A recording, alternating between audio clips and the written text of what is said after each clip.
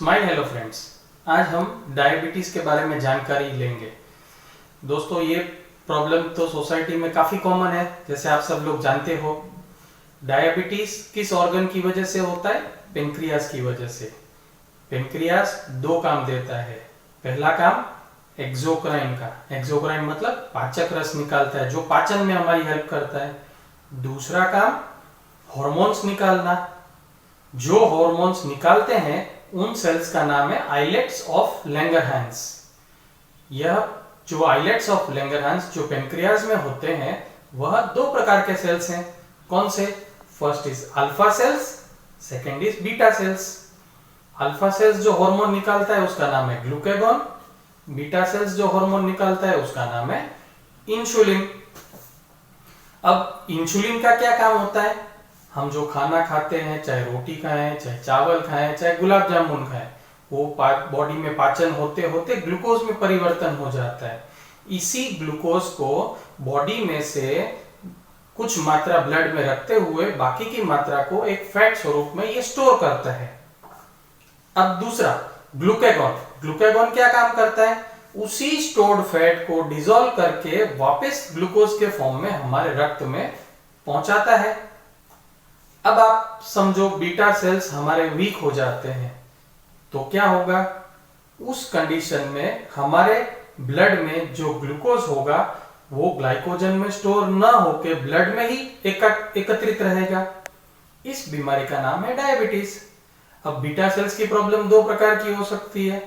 या तो beta cells पूरे डेड हो गए, या दूसरी कंडीशन में बीटा सेल्स बीमार हो गए। बीटा सेल्स जो डेड हो गए वो किस वजह से हो सकते हैं? एक तो होता है जेनेटिक प्रॉब्लम जो इनहेरिटेड होता है बच्चों में, स्पेशली जुवेनाइल डायबिटीज।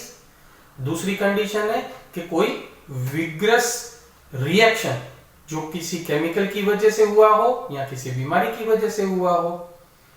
उस केस में सुजोग थेरेपी के अनुसार पेनक्रियास के पॉइंट्स पे मोक्सा लेने से हम पेनक्रियास को स्टिमुलेट कर सकते हैं और जीवित होने का एक चांस को उजागर कर सकते हैं। दूसरी कंडीशन कि बीटा सेल्स बीमार पड़ गए। अब बीमार किस वजह से पड़ते हैं ये जानना जरूरी है।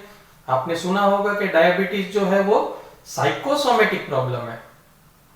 जैसे हम जानते हैं कि हमारा मन है, हमारा शरीर है और हमारी आत्मा है, इन तीनों की कॉम्बिनेशन से हम बने हुए होते हैं। उसी तरह हमारा पेनक्रियाज है, उसका भी अपना मन है, उसका भी अपना शरीर है और उसका भी अपना सोल है। लेकिन हमारा ये जो माइंड है वो पेनक्रियास के लिए पेरेंट माइंड की तरह काम करता है, मातृ मन। हमारा ये बॉडी है वो पेनक्रियास या अन्य ऑर्गन्स के लिए मातृ तन की तरह काम करता है। तो आप समझो, अगर हमारे पेनक्रियास के सेल्स लेजी हैं, उसका मतलब है कि इंसुलिन निकालने के लिए इतने कार्यरत नहीं है, इतने एक्टिव नहीं है।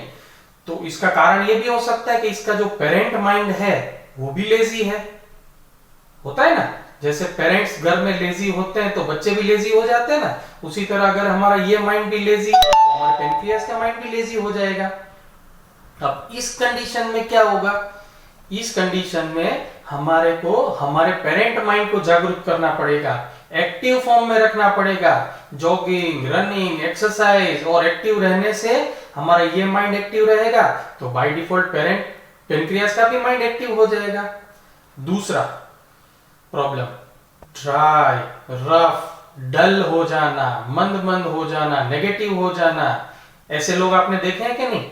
ऐसे लोग होते हैं वो कार्य क्षमता उनकी कम हो जाती है कि नहीं? उसी तरह पेनक्रियास के सेल्स अगर डल हो जाते हैं, डिप्रेस्ड हो जाते हैं, ड्राई हो जाते हैं, उस केस में भी वो पेनक्रियास के लिए जो इंसुलिन सिक्रीट होना चाहिए वो नहीं कर पाएंगे। उस केस में क्या होता है कि हमारा पेरेंट माइंड, जो हमारा माइंड होता है, वो भी डिप्रेसिव होता है।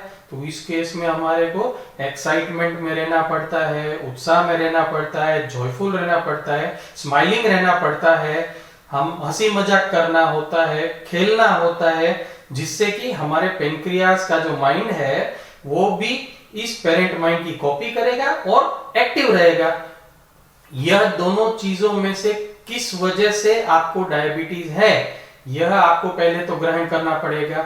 इस करके फिर आप अपना इसका इलाज आप अपने बॉडी से शुरू कर सकते हो।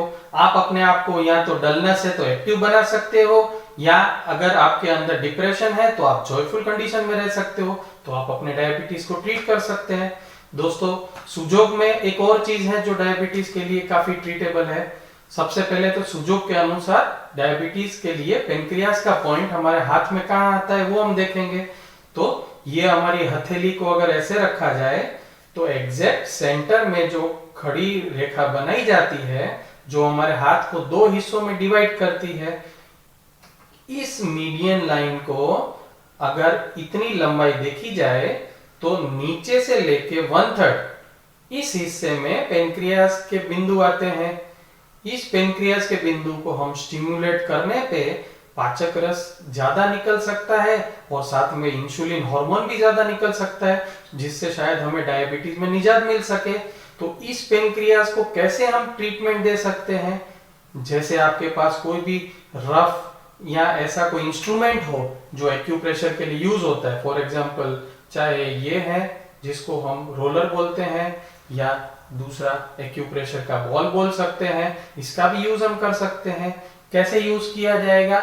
जैसे ये रोलर को हम ये 1/3 पे रखेंगे, दूसरे हाथों की उंगलियों को इस हाथ में लगा देंगे, अब इसको प्रेशर देते रहेंगे, इसको बोलते हैं पंपिंग। इस पंपिंग को करने पे दर्द होगा, लेकिन इस पंपिंग करते हुए जो दर्द फील होता है, इसको हर बार खाना खाने से 10 मिनट पहले किया जाता है। इसको अगर बार बार 12 से 15 बार पंपिंग किया जाए हर बार खाने से पहले, तो हमारे बीटा सेल्स जो है वो एक्टिवेट हो सकते हैं। तो आइए आज से हम हमारे रिलेशन में जो भी डायबिटीज वाले पेशेंट्स हैं उनको हम एक तो ये स्टिमुलेशन बताएं, और दूसरा जो माइंड लेवल अपना होना चाहिए जिससे डायबिटीज ठीक हो सकता है उसके बारे में जागरूक करें और हमारे देश को स्वस्थता की राह पे आगे बढ़ाएं। Thank you.